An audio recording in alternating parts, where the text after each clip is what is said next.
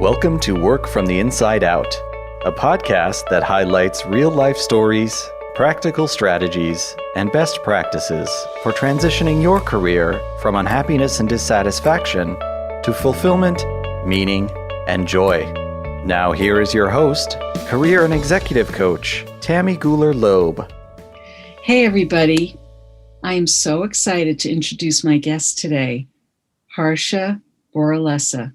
Harsha is a CFA charter holder. That's a Charter Financial Analyst, a chartered accountant and graduate of the London School of Economics. He has worked for over 15 years in front office and advisory roles in investment banking, the big four accounting firms, and investment management. He was a vice president at UniCredit, where he was a multi-asset structurer. He was a structurer and advisor at PricewaterhouseCoopers, where he was a senior manager, and supervisor at Ernst & Young, where he qualified as a chartered accountant. He has also worked in the private equity secondaries market and as a consultant on a professional learning development platform for the CFA UK Society. Over the last few years, he has developed a passion for career and personal development and its interaction with neuroscience, in particular, concepts such as mindset, reframing, visualization, and habit creation. He is currently developing a podcast focusing on career and personal development and is preparing to launch it in January 2021. He is interested in the application of technology to personal development and is designing a neuroscience psychology-based app to assist people to identify what is bothering them and guide them to strategies and ideas which might assist them. One of his favorite quotes is from Soren Kierkegaard. Life can only be understood backwards, but it must be lived forwards. Similar to Steve Jobs, you can't connect the dots looking forward. You can only connect them looking backwards. Please join me in welcoming Harsha Boralessa. Welcome, Harsha. Tammy, it's a pleasure to join you today, and thank you so much for inviting me to be on your podcast, especially as we've only known each other for a relatively short period of time. So I really do appreciate you reaching out and asking me to participate. Well, as soon as I heard about your background in accounting and then the way that you have moved and developed your interests in all these career and personal development areas combined with neuroscience, I was so intrigued. And also, we just made such a nice connection the moment we met. And I just wanted to share you with my audience. So thank you for being here. Nice. So Work from the Inside Out. Tell us, even though we just introduced you, tell us about some of the early years, about how you started and how that led you to where you are now. Maybe, I don't know, a little bit about your childhood or developmental years and how that led you to what you're doing today. Sure. No, that's a great starting point, Tammy. So as you know, I'm based in London, England, but I was actually born in Sri Lanka. And I moved to the UK with my parents, who are both doctors, when I was just 3 years old. So pretty much lived my whole life here in the UK. And like many boys, I dreamed of playing professional sports. And in my case, that was cricket. My father was a keen cricket fan and introduced me to the game when I was just 7. And indirectly, this led me to an interest in understanding how the mind works, the mental side of the sport, because I had some talent, but I became quite nervous when I played. And I think that's partly because I wanted to succeed too much. You know how it is, you want to please your parents. Yeah. So I realized the importance of that mental side very young. and fortunately managed to find a way of dealing with the pressure and develop the ability to concentrate. Wow. So you would you say that you had a kind of a self-awareness of this at a young age? No, I think it's more that you're aware that you get quite nervous, and I think it's that whole you want to succeed, you want to please your parents. Mm-hmm. And I was speaking to another friend of mine who also started playing sport at a young age, Mm-hmm. and it's this slightly strange thing where you're led by your parents, and to some extent you do what they tell you to do, Right. and also you want to please your parents as well. Right. So you took it very seriously, it sounds like, from a fairly young age. It wasn't just, oh, let's go out and play. It was, oh, let's play, but let's be skilled. Let's think it through. Let's do it well. Yeah. Absolutely correct, Tammy. Yeah. And I think it was one of those things where I had a base level of talent. And I think wherever you have some talent and then you do well, it's this virtuous circle that you want to put in the hours, you want to get better. Yeah. So what happened with cricket? You played for a long time, didn't you? Yeah. So I was recommended to one of the junior teams of Middlesex, which is one of the professional teams in England. And I played for their junior team and then subsequently Essex, from the under 11 team to the under 19 side. And I was also lucky enough to play in a couple of Essex second team matches, which is actually the lowest level of professional cricket here. Uh-huh. But I was actually paid to play in one. So technically, I'm a professional sportsman with a very short career. So you got paid to play once, is that it? Once, yeah, exactly. I remember I was in the dressing room just changing, and the captain sort of going around with this bag of money, and he just gives me some money, and I'm like, what is that for? I just took it and then didn't say anything. That's really funny. I love that. Well, you can now say that you were a professional cricket player. I should add that to my LinkedIn profile. Absolutely, you should. Absolutely. So what happened from there? So that was when you were about 19, is that it? Yeah, 1920. So essentially, I was at university at the same time when I was sort of finishing up my cricket career. But essentially, the interesting thing I think about playing sport or focusing on any activity like that is that it teaches you a lot of life skills, which I don't think you realize at the time. Yeah. But actually, when you look back, they're tremendous life skills. Yeah. Should I just go through a couple of them, Tammy? I'm curious what you reflect on.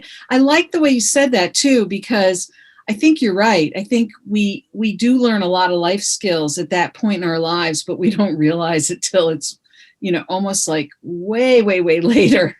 Yeah, no, totally. Yeah. And it's interesting actually preparing for today's podcast. Yeah. I think it's nice going back over your life and not in a egomaniacal way, but just try to understand life and like Kierkegaard and Steve Jobs talk about, just really understand why things have worked out in a particular way. Yeah. And there's almost a rhythm in a way when you look back. Yeah. Patterns. Yeah. So what were some of the key life lessons you think you learned from that time that you've taken with you going forward? Yeah, so I think say self-discipline, because I think that's a really important thing. Just where does the motivation come from to keep going, keep practicing? Yeah. And I think you have to figure out that has to come from a good place. Mm-hmm. And for me, I enjoyed practicing. I enjoyed playing cricket. So I wasn't doing it to be successful or be someone. I actually enjoyed the process. Mm-hmm. And I think, especially if you're looking at a career, it's really important to think about, why are you doing this? What is motivating you? It can't just be for the money or the fame. So really think about the why of whatever you're doing, which I think is really important in, say, if you're working in finance or some other industry like that. Okay, the money is good, but then it can't just be the money. I think you're doing something for. And then in terms of sort of resilience and dealing with failure, Right. especially in sport, you're always going to, lose or do badly. So you've just got to figure out a way of dealing with that. Those go hand in hand too. Like, it's interesting. I like the way you just tied those ideas together, because self-discipline, sometimes in my mind, I think about certain things that I do to develop self-discipline. Like I think about exercise. I know it's good for me. I don't always enjoy the process though. And I like the way you just talked about enjoying the process, that you enjoyed the process of practicing for cricket. And I could see even in as an accountant or in finance, there are certain things that you do have to practice over and over again. I know as a coach, there are certain skills and tools that I've had to practice over and over again just to get better at them. And when it comes to coaching, I've enjoyed them a whole lot more than I have when it comes to certain types of exercise. But I think that when you notice that combination of self-discipline and practice and consistency, when you start to blend those with the joy or enjoyment of it, and you notice that enjoyment, that does really build, a good practice, and also builds in towards resilience or dealing with failure or areas where maybe you do make a mistake or something doesn't go as well. You still have that, I think that core of strength from the practice that you've developed already that really helps you. I totally agree with that, Tammy. Yeah, definitely. Yeah. And so that ties in with some of the other lessons I think you learned as well. Yeah, I think you have to be self-confident to some extent, even if you wake up in the morning and you're not feeling great. It's almost as if you have to fake it to make it to some extent. And I suppose in that sort of it's a slightly macho alpha male environment, you have to project a certain image to some extent to be able to succeed. Because if you believe that you're not as good as somebody else, then you've already partially lost the battle. Yeah. And then in terms of teamwork, just learning to get on with people, because everybody's from a different background. Yes, right. Yeah. And yet, even with the self-confidence and faking it till you make it, I think that I think too often we're telling ourselves we're faking it, when in fact, if we just actually believed in ourselves a little bit more, we'd realize we're not really faking it. We've actually worked hard to get there, right? With that discipline, with that practice that we've implemented. And that, but we sometimes tell ourselves we're faking it till we make it. And then when we get through it, we realize, oh, wait a minute, I actually really did do that. That was genuine. Yeah, no, I totally agree. And sometimes in a way, it's, I think, nice to remind yourself of your achievements. Yeah. Because I think we're always looking forward, and which I think is good, rather than ruminating on the past. Right, right. But I also do think it's quite nice to say, well, look, I've worked in these organizations, or I've got these qualifications. And sometimes just doing your CV or updating it, it actually helps to create some positive thoughts in your mind if you've done some great things. Yeah. Because they are just facts. And I think it's different from, facts are different from perceptions or thoughts. So I think it's very important to focus on those facts. Yeah. So how would you say some of those, I would think of them almost as processes, although they're all components of the process, right?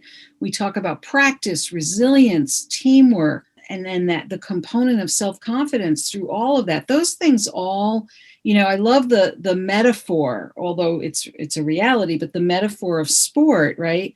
But you applied those in your career as well. So how did those show up as you entered into the professional world? Moving on from university? Yeah, so I think the key thing there was, so when I started at Ernst & Young EY, and I was a trainee chartered accountant there, and you had to work and also do exams at the same time. And we had 3 sets of exams over 3 years. So it's actually quite a lot of academic work to do. So you have to just break it down and be very self-disciplined. And, you have exams, mock exams at a certain point in time, and you have the real exam. So you almost have to work back and say, I'm at this point in time in, say, 6 months, I've got to do these exams, and just make sure you stick to a schedule and meet that schedule. And I think for some people who may not have come from as disciplined a sporting background, it's very difficult to study at the last minute for these professional exams. And similarly with when I was doing my CFA, the Chartered Financial Analyst exams, those exams they're not actually that difficult to do, but they are only sat once every year in June. And then so there are 3 levels, and you sit them generally once a year. For level 1, you can also do it in December, but they're just sat once a year. So you're working up to almost a very high pressure day, and you can't. There's no resitting it. If you don't go to that sitting, you have to wait for another year. So it's actually very similar to playing in a big sporting match or a big presentation, or even appearing on Tammy Gula's podcast. And it's quite funny. The feelings I had before coming on here, Tammy, were actually quite similar to preparing to play in a big match. You're nervous. You're thinking, oh, Tammy might ask me some curveball questions, which I know you're not to. But well, you don't know. We're not done yet. So exactly. You don't know what's coming your way. Exactly. Well, on the other hand, I'm listening to you talk about all these accounting exams and things, and having gone through one accounting course for my MBA, I can only imagine what you did, to get all of your chartered financial analyst credentials and everything. But that begs the question. So when you started university, did you know that you wanted to go into accounting and finance? Was that a keen interest of yours? How did you find that direction? Because I think that's a very focused, specific direction to go in. Yeah, it's funny, Tammy. I really was not sure what I wanted to do. So initially, I had an offer to do read economics at Cambridge. Unfortunately, I missed that by 1 grade, which was a bit of a shame. But I got the place at the LSE, the London School of Economics, and they had a very good course, economics with accounting and finance.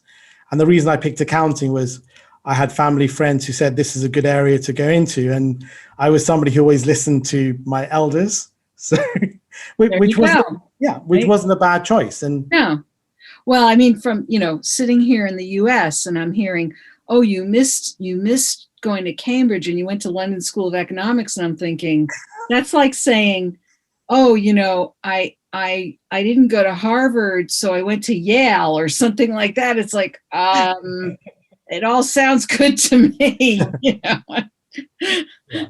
But I think, Tammy, the thing is, I think when you're at that age, you have a very limited view of the world. Yes. And it's quite binary in a way. So it's either success or failure.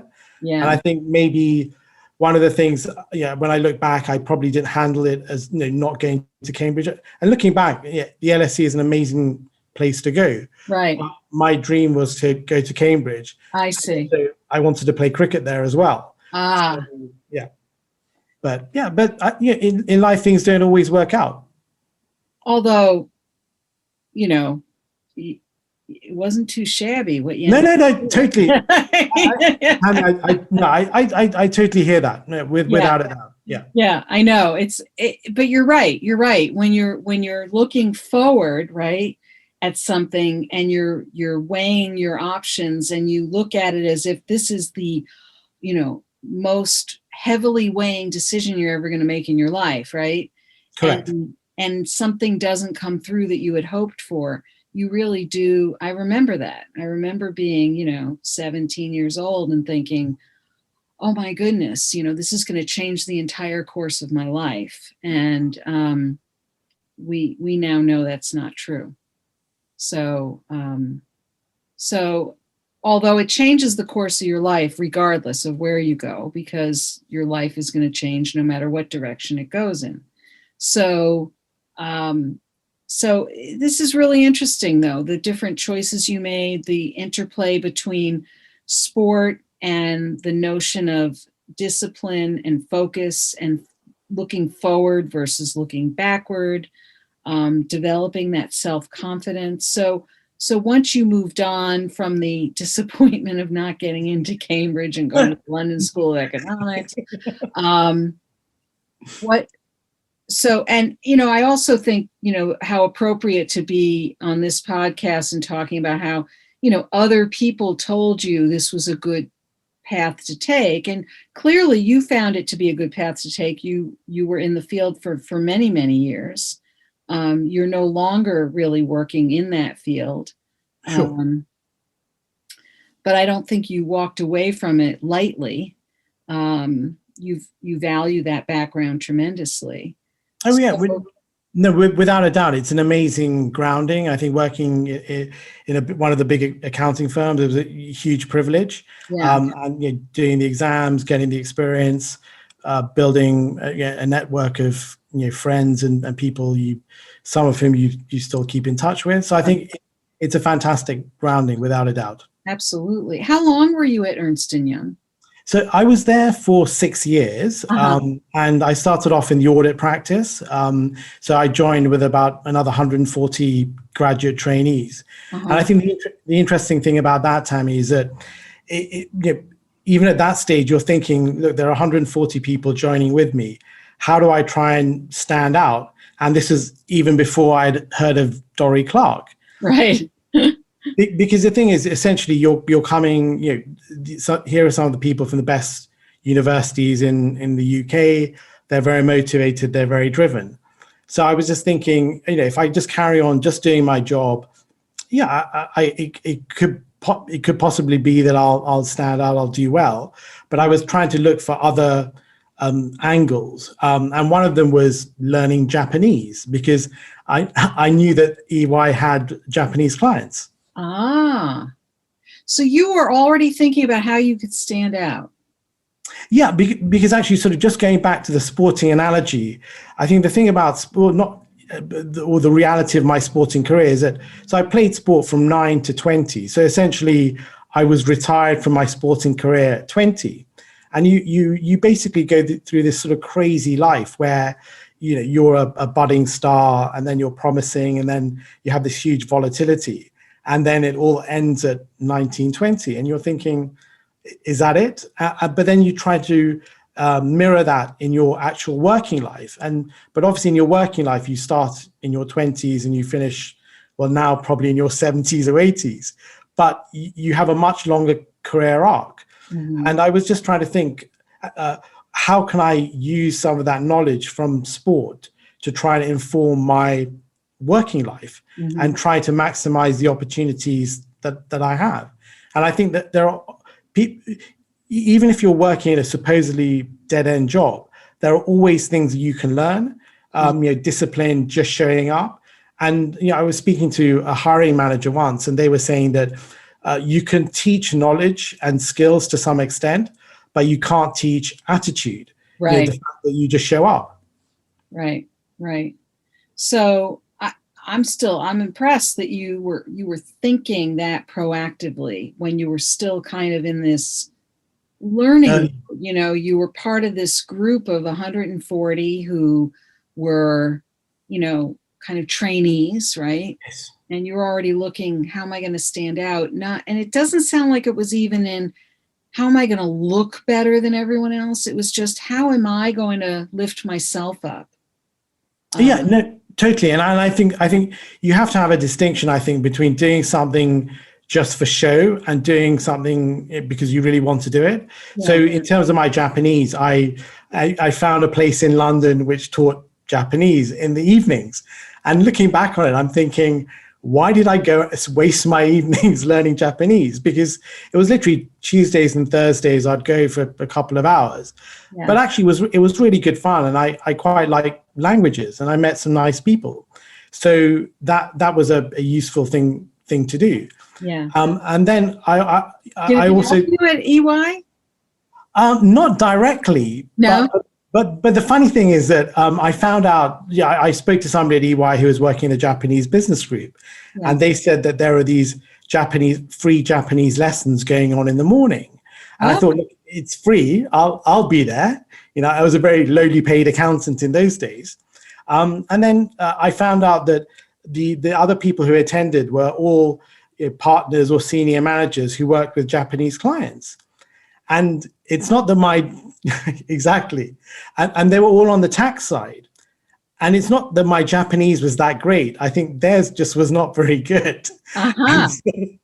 And it's interesting because I think when you're in that situation where you have that hierarchical distinction, if you can show that you're good at something which they're not good at, it could be something like nowadays technology. If you can show that you know something that they don't, there's almost a sense of respect from them to you. And so essentially I became quite friendly with them, and they invited me to take a secondment in the tax department. And that's why I ended up staying pretty much for the rest of my time at EY. So Japanese was your avenue toward getting to know this whole group of people you probably wouldn't have gotten to know otherwise. But really, the Japanese had nothing to do with it, really. It was just that you developed this relationship with these people, and they happened to do business in Japan, but it was a relationship builder. Yeah, correct, without a doubt. And I think that whole relationship building element is just so crucial for anybody's career, but not doing it in a transactional way. I think you have to try and do it in a genuine way, and really figure out what connections you have with that person. That's great. Little did you know when you stepped into that group that was what was, you didn't know that was what was going to happen. No, I just thought free Japanese lessons, and that's it. I love it. That's great. I think that it's a great story because it shows people that, you can step into something just for the love of learning something without expectations. Like, even though you had an intention around that, it sounds like you didn't have an expectation like, oh, I'm going to learn Japanese and I'm going to be really mad at myself if I don't learn Japanese. And it sounds like you went into this saying, I'm going to try to learn Japanese. I'm going to try to distinguish myself and see if this works. If it works, great. If it doesn't work, I'm still going to do the best I can do and try to elevate myself here. Yeah, no, completely correct. And the even funnier thing, Tammy, was that I'd written emails to Japanese client audit managers, and I had not got any particular response. Obviously, they're very busy. And actually, working on the tax side was a much better gig. So it's funny how these things work out. You were based in the office, you had a fairly regular schedule, whereas if you're on an audit, you're outside the whole time. You can be anywhere throughout the UK. So actually, serendipitously, it all worked out. Wow. Yeah. Wow. How about that? And you didn't even, I think this is a lesson in not getting too attached to any particular outcome, stepping into something and staying open to what's possible. Oh, yeah, totally. And I think sometimes people have these very fixed ideas about how their life should turn out or how their career arc should be. Yeah. And I think sometimes you have to just live your life, not obviously without thinking about where you're going. Right. You need a strategy, but you need to be open to every opportunity. So I suppose just in terms of us, we met through Dory Clark. Right. But we connected. We found that we had something in common, and now we're here together. And I think there are always those opportunities around. Right. And just staying open to all of that. So sounds like you really had quite a great and broad and vast experience at EY.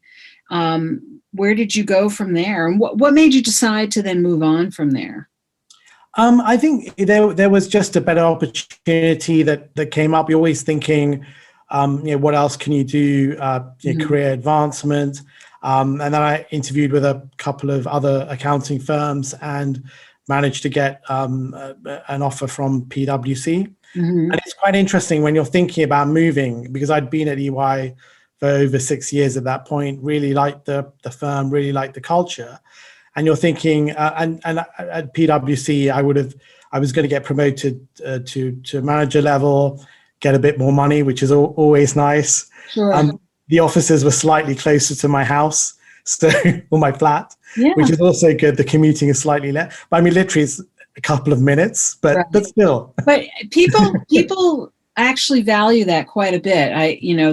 They say location, and I have to say, when I'm having conversations with my clients, commuting time seems to be a huge factor for a lot of people when they consider different opportunities. It's a big issue.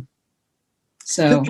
Yeah, I mean, for me, I don't mind working long hours, but I just think commuting is a bit of, if you don't have to commute for a long distance, then because it just isn't as efficient. But anyway, that's an aside. So going back to PwC, so I had an offer from them, and I was thinking, and you're always thinking, are you good enough? Should you make that change? But then you go and meet the people, and you find really nice bunch of people, and sometimes I think it's that whole idea of change.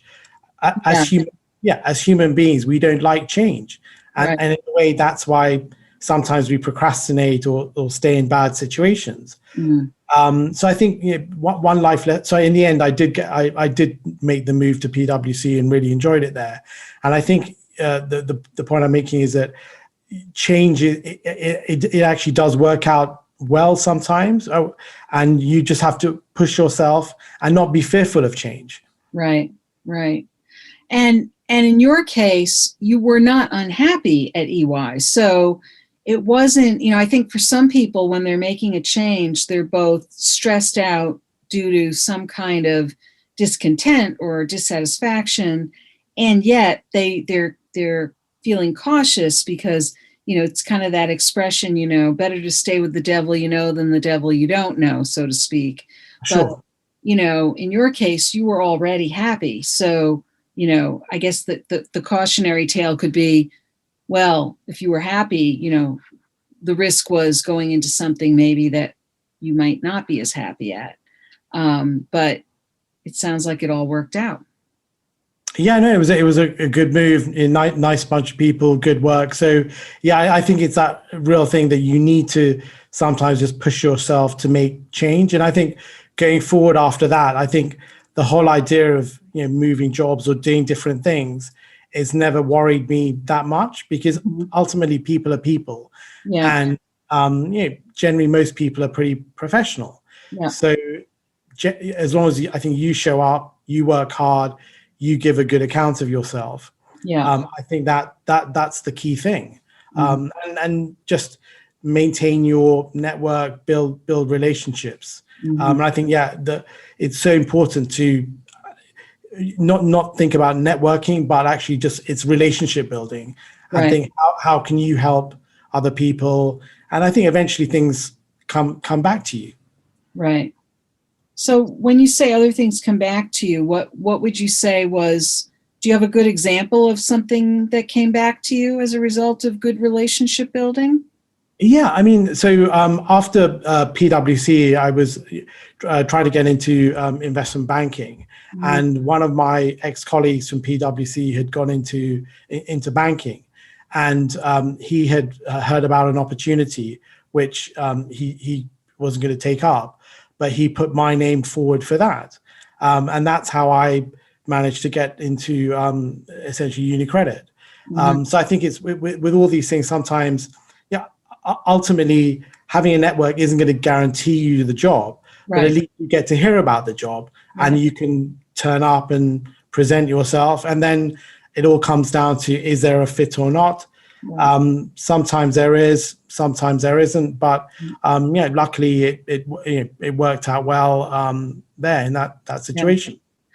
Yeah, I think when you have the network and the relationships, you do get a better shot at even getting a close enough look to see if there's a fit. and they get a closer look at you to see if there's a fit. Whereas without the network, it's just that it's almost impossible, I think, sometimes to take that kind of a leap. How far of a leap was it for you to go from PwC to into investment banking? Was that a big change for you? I mean, some of the work was similar, but there were certain changes as well. But I think it all comes back down to discipline. You're thinking, okay, I've got this opportunity. This is an opportunity that so many people would kill for. Yeah. You really want to make the best of it. So whatever it's hard. It's hard work. Yeah. But you just think, okay, I've got to be disciplined. I want to work hard. I want to show up. I want to do my best. And I think just having that core discipline there helps you. And then if you know how to deal with people, and I think a lot of companies, it's just how do you once you start, you don't know anybody apart from maybe your boss and the other people who work in your team. Right. And I think you have to figure out a way of navigating that internal landscape. And as long as you're polite, you're courteous with people, and you don't try and hustle people in your working environment, you're professional, then I think things work out for you. And also, I think there's the value of small talk as well, trying to build relationships. Because sometimes just saying hello to people, how are you, it takes a minute or something, but it actually builds a lot of goodwill. Just finding out what people do. I remember there was some operations guy who liked cricket. So I used to talk to cricket with him. So I think it's just really finding out, what you have in common. And there's this thing which Robert Cialdini, the famous American psychologist, talks about, commonalities.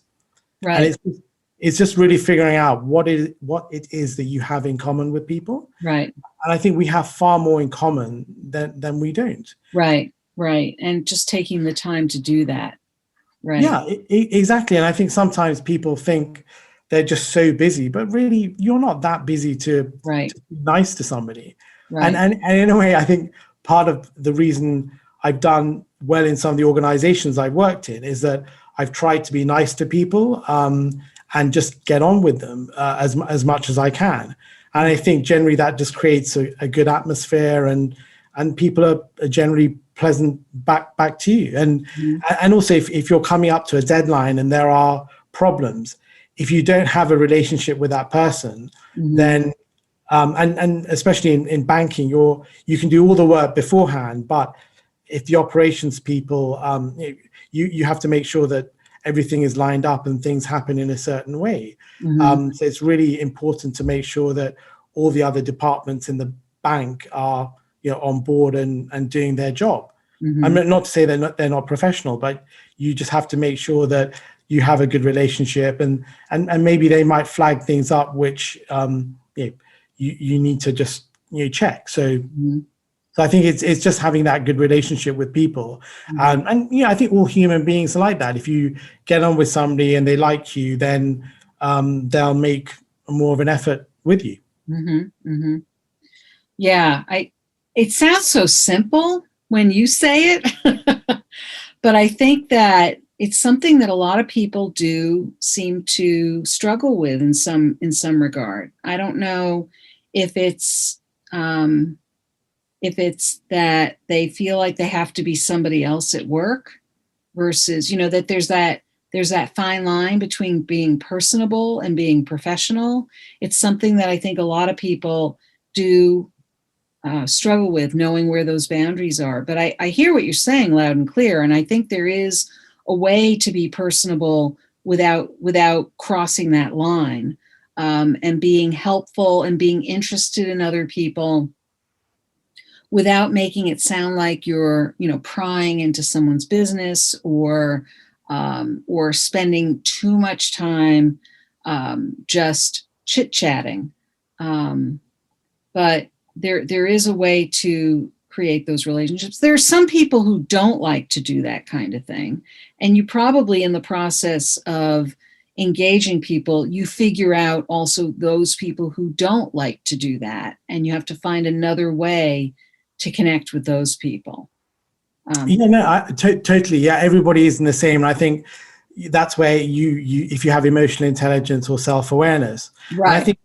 And I think with those skills, the good thing about them is that, some people do have that innate ability to pick up other people's moods. Right. But actually, these are learned skills. Yeah. And I think to some extent, if you are aware of yourself and you put the work in, you can always you can always get better at these things, right. which I think is a good thing for right. our listeners. If they're thinking, I don't have these skills now, I think it's something that can be acquired over time. Yeah. But I do think those sort of personal touches do make a big difference. Yeah.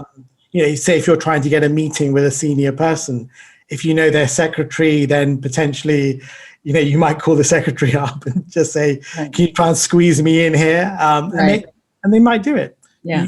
You never know. So right. I think it's just, why not make the effort and try?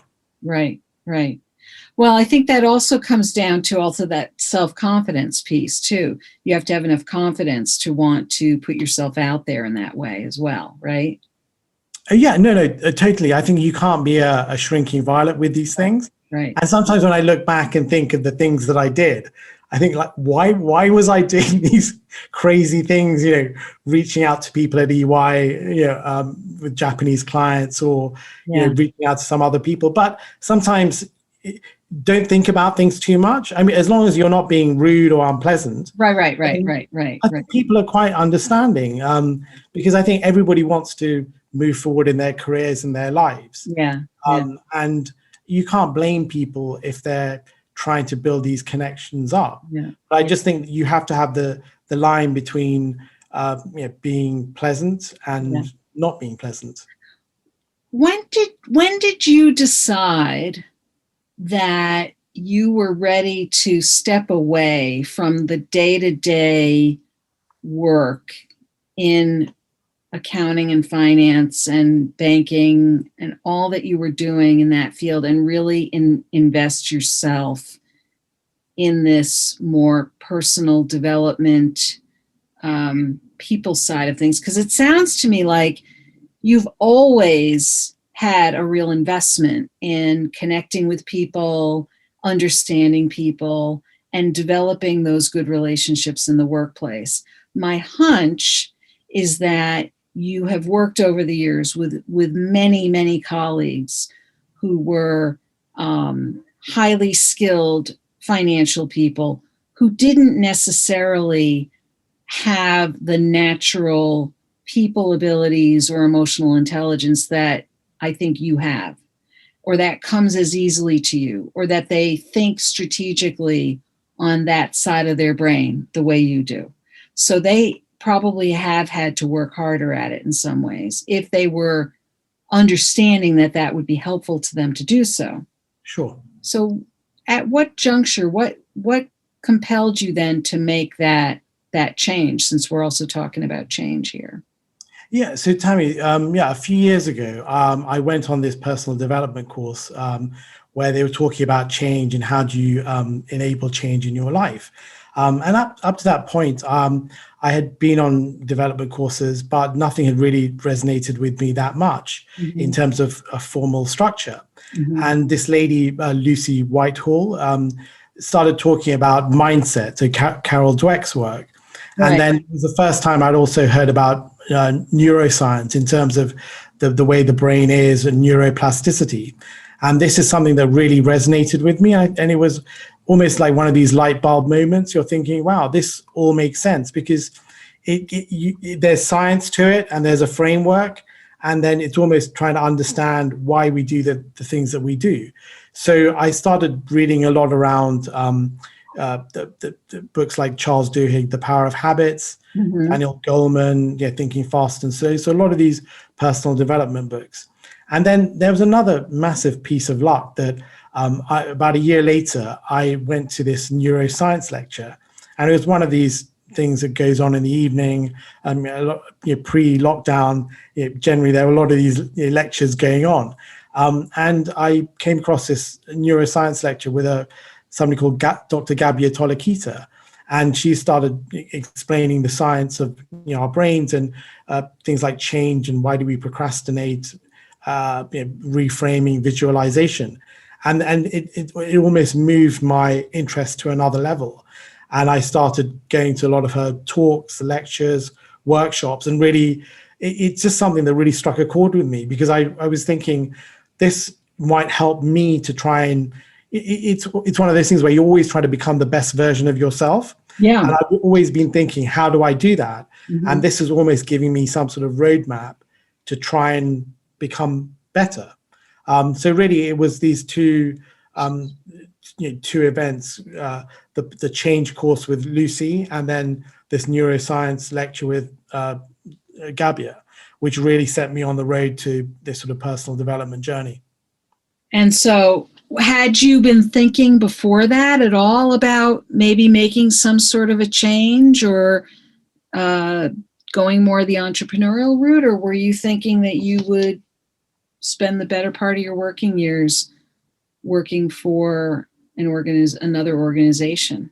No, I had always been thinking about trying to do something on my own, but I think sometimes there's fear, or you're thinking, should I really do this? But then I think when you come across something which really resonates with you, and then you think, well, you've just got to give it a go, see where it takes you, what opportunities may arise. And the funny thing with the neuroscience part was that I'd also become interested in technology through some friends of mine, and up to that point in my life, I have to admit, I just was not a tech savvy at all. Yeah, I'm not a gamer. I'm not a tech person at all. But then I became friends with this guy who was starting up a technology club, and then he was telling me how he had designed an app. And I thought, neuroscience and technology, how can you bring the two together? And I thought, well, why not try and design an app? And so he gave me some initial advice, and I got to a certain level. And then I was looking around for some further help. And I went on Eventbrite, as you do, looking for an app design course. And I came across one called Launching an App with No Skills on a Budget. And it was really cheap, and I thought, that's the course for me. So I went down to this place and met this guy, really good guy, and he had started up some apps and other tech things, and he wasn't from a tech background. And I was showing him what I had done, and then he said, well, why don't you try this piece of software? And it's called Figma.com. And it's a really nice bit of software for anybody who's thinking about designing an app. It really works very nicely. And then, so that helped me on my journey. Yeah. And I was speaking to my friend afterwards, and I said, so why didn't you tell me about Figma? And he said, well, I didn't think you'd be any good at it.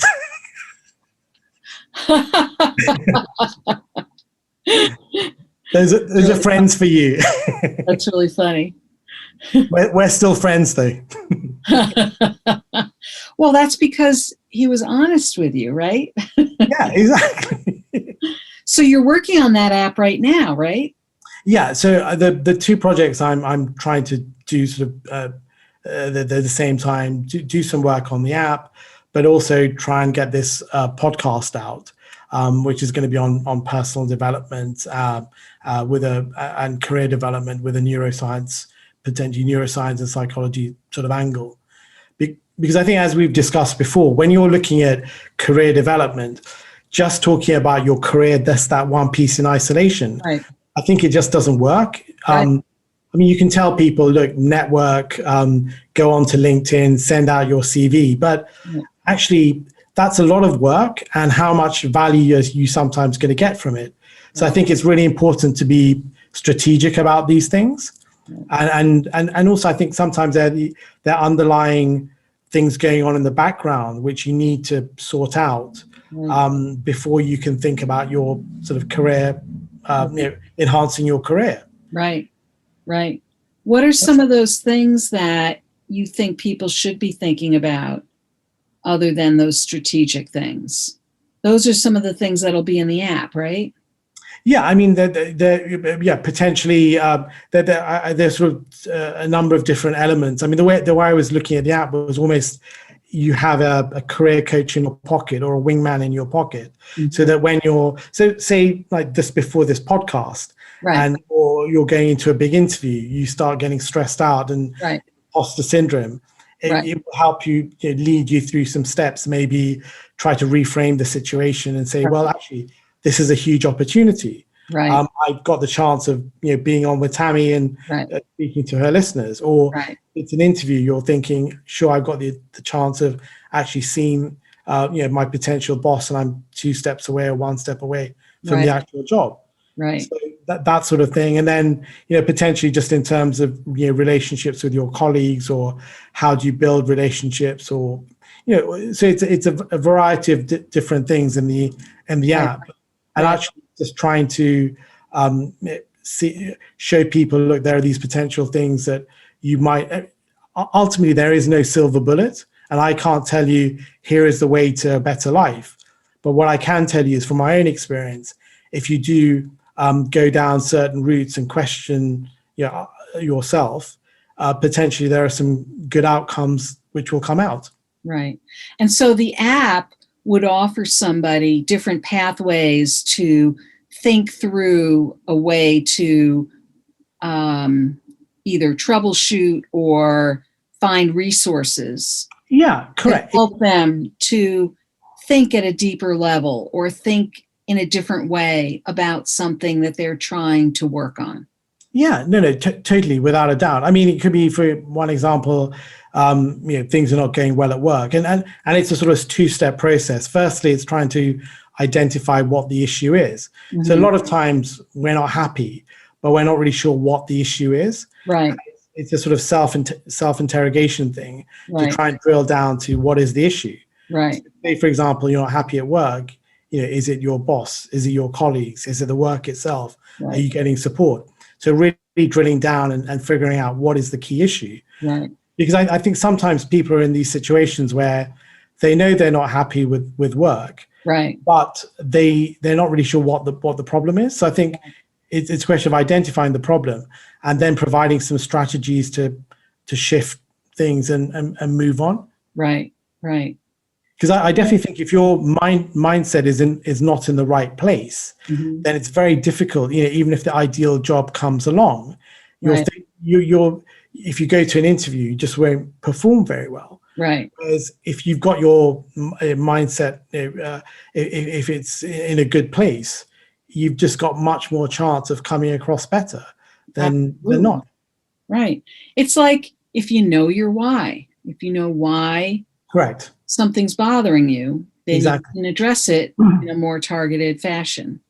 Yeah, right? No, without a doubt. Exactly. Yeah. So the app is under development. Is that correct? It's not. Yeah. It's not available yet. No. It's very much a passion project, Tammy, where I'm just trying to get my ideas down, get it designed to a good sort of level, try and show it to some people, because I think that's a very helpful thing. Because obviously I have a vision of what I think people want, but actually until you share it with people, then you don't know whether you're barking up the wrong tree or going down the wrong path. Yeah. So that's a sort of a continuous process. And then I've got the podcast, which I'm trying to develop. Right. And that came very sort of serendipitously over the summer. Right. So the podcast will be out very soon. Sometime, hopefully in January. I'm trying to get the material together, and as you know, you're trying to get all the launch material. And it's interesting because the hard piece in terms of finding guests and recording the podcast, I don't really have a problem with. Right. But it's more just what is the name? Right. What is the cover art going to look like? Right. Getting the structure, the website, which actually aren't hard. Yeah. But it's just maybe I'm thinking about it a bit too much. But anyway. Well, it's a lot of little moving parts, and they all have to work together in order for it to really come out right. And correct. So that's all. And it's just a little different than doing a lot of other things you've probably done. So I have no doubt it's going to come out great, and it's going to offer a lot of value. And I'm excited about your app. I think we'll have to have you back on when the app comes out too. I think Yeah, that's no, sure. No, yeah, very, very really, happy to do really that. exciting. Is there, But sorry, go ahead.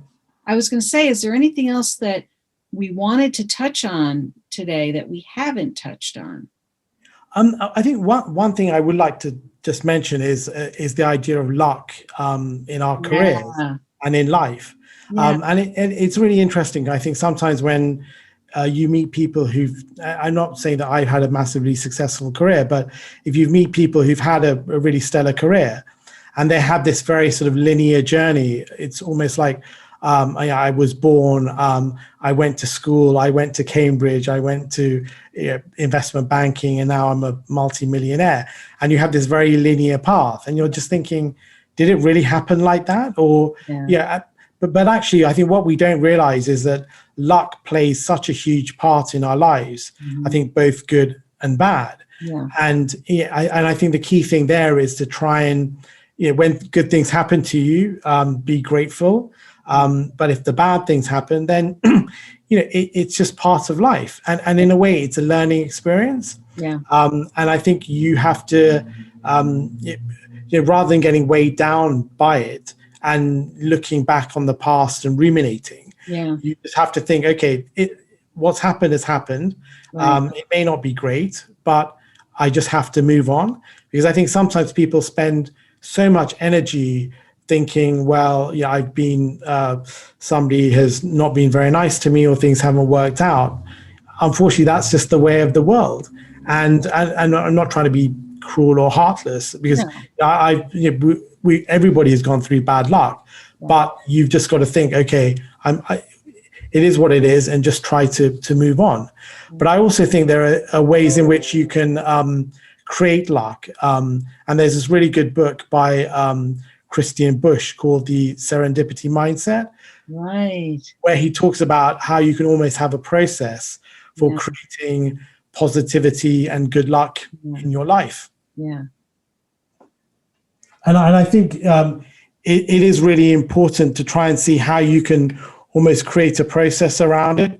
Because, I mean, say you're at a networking event or just you're meeting people, rather than just saying, I'm so-and-so and I work for this company, maybe talk about some of your interests and just say, well, I like playing tennis, or I'm interested in reading, and I came across this great book a week ago. And I think it's all this, if you put out these hooks to people, then they can potentially, you can find these connections. Right. And I think there's almost a way of creating these connections. And I think there are always these opportunities around, but you just don't know. Right. And even with my podcast, that was completely random. We had time over the summer, like everybody, to be stuck at home. Right. And I interviewed, and I interviewed a good friend of mine, Lindsay Stewart, because he had come up to an anniversary in his career. And we were just talking about how both of our careers had developed, and personal development tips, career development tips. And I thought, this is really fun. It's fun to do this, because it teaches you something. Hopefully it will teach other people something. But also, I think just by talking in an unfiltered way, you have these amazing insights, which just wouldn't happen if you didn't have these conversations. Yeah. And I think to add to what you're saying, the whole notion of luck or serendipity, it really, you're right. We have to be open to it. We have to bring it on ourselves.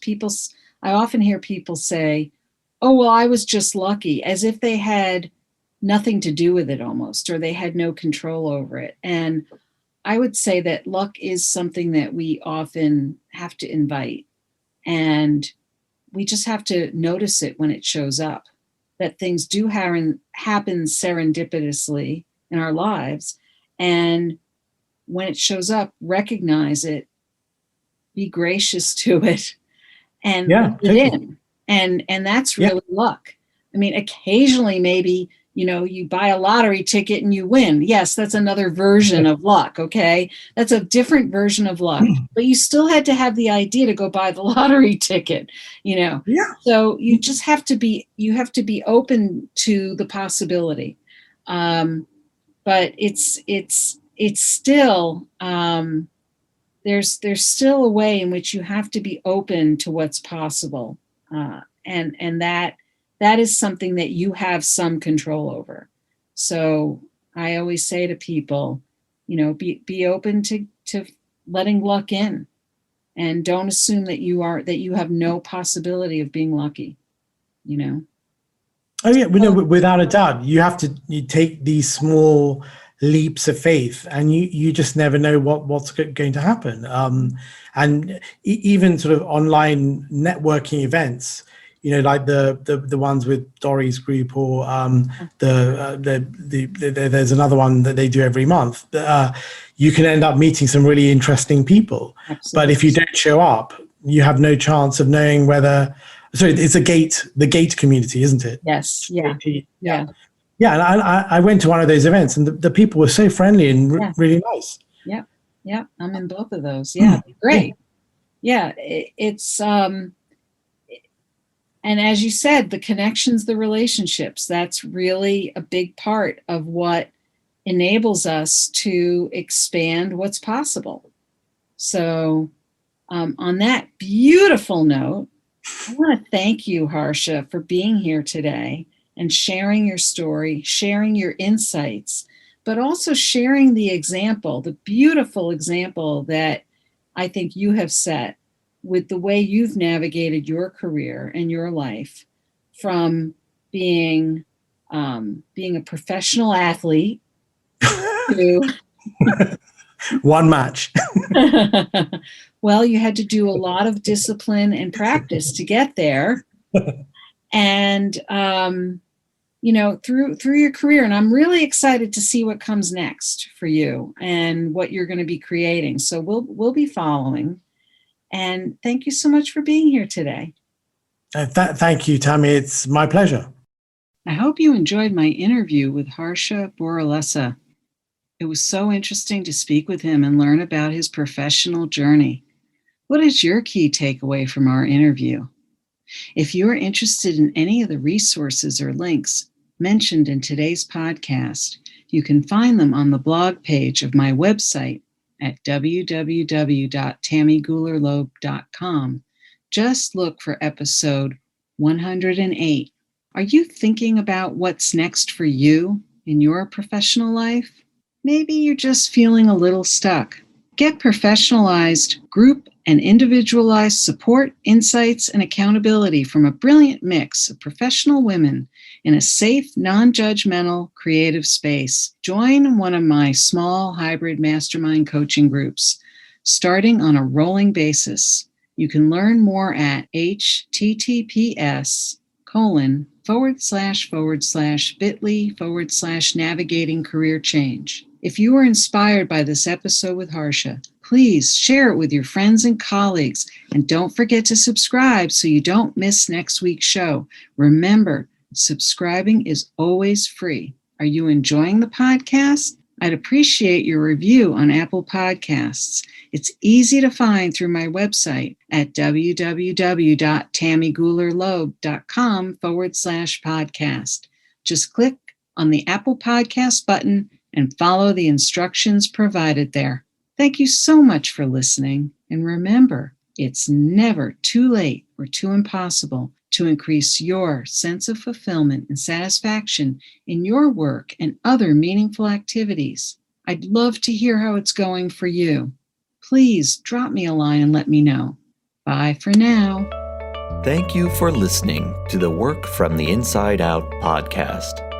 For more information, you can find us at www.workfromtheinsideout.com.